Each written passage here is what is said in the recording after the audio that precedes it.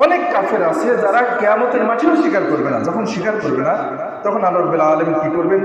আলিয়াউমা নাখতিমু আলা আফওয়াহিহিম, তাদের মুখ বন্ধ করে দেবেন। মুখ করবে বন্ধ করে দিয়ে আল্লাহ রাব্বুল আলামিন বলছেন যে তাদের মুখকে আমি বন্ধ করে দেব।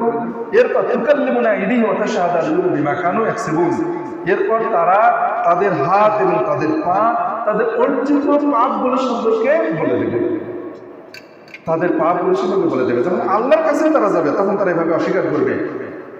এই বিষয়ে একটা হাদিস আসছে, সহিহ মুসলিমের 2969 নম্বর হাদিস আসছে।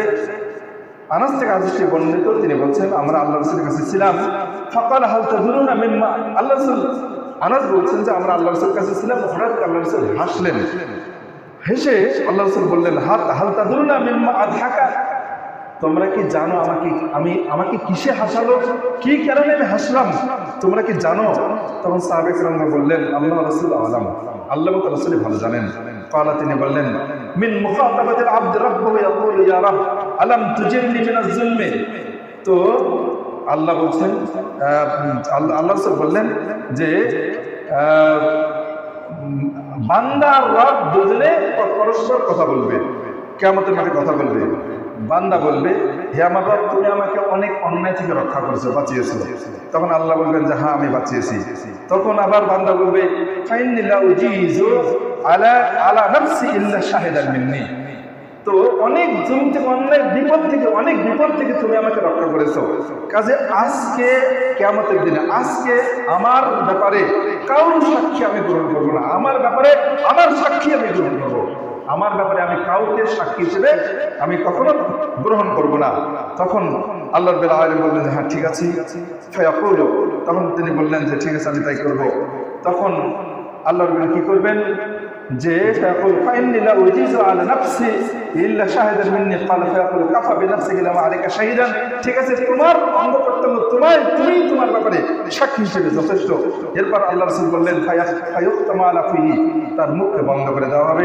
ফায়ুকালু লিআরকানিহি, এরপর তার অঙ্গ প্রত্যঙ্গগুলোকে বলা হবে যে আনতুকি, তোমরা কথা বলো, তোমরা এবার কথা বলো, হাত কথা বলো, পা কথা বলো, রান কথা বলো, সব তোমরা কথা বলো, বলে দাও তোমাদের মালিক কি করেছে। তখন প্রত্যেকটা অঙ্গ প্রত্যঙ্গ কথা বলবে।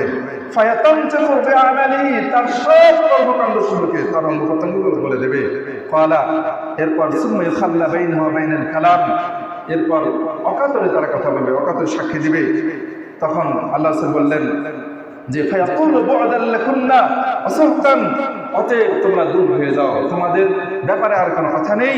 ফাআনকুন্না কুনতু নাজিল, তো ওই ব্যক্তি যার অঙ্গ প্রত্যঙ্গ যখন তার বিরুদ্ধে সাক্ষী দিল তখন সে বলবে যে হায় অঙ্গ প্রত্যঙ্গ, তোমাদের জন্য আফসোস, তোমাদেরকে বাঁচানোর জন্যই তুমি আল্লাহর সাথে এই বিতর্ক করছি, অথচ তোমরাই আমার বিরুদ্ধে সাক্ষী দিলে। সে আফসোস করবে, এই অঙ্গ প্রত্যঙ্গ এভাবে কথা বলবে এবং মালিক এভাবে কথা বলবে। কাজে আসুন, যারা দুনিয়াতে যারা আল্লাহর কাছে আমাদের অপরাধকে স্বীকার করবে না, পরকালেও হয়তো মুমূর্ষ অবস্থায়ও তাদের অপরাধকে স্বীকার করার সুযোগ নাও থাকতে পারে, পরকালেও হয়তো স্বীকার করবেন না। যদি স্বীকার না করেন তাহলে এভাবে দেখা যাবে যে আল্লাহ রাব্বুল আলামিন কিয়ামতের দিনে আপনার বিরুদ্ধে আপনার অঙ্গ প্রত্যঙ্গগুলোকেই দাঁড় করাবেন, সাক্ষী হিসেবে পেশ করবেন, কোনো সুযোগ থাকবে না, বাঁচার কোনো উপায় থাকবে না। এই হচ্ছে একটি বিশেষ অবস্থা। আসুন আমরা আমাদের অপরাধকে স্বীকার করব। আল্লাহ রাব্বুল আলামিন আমাদেরকে আমাদের অপরাধগুলোকে খুঁজে নেওয়ার তৌফিক দান করুন সকলে, আমিন।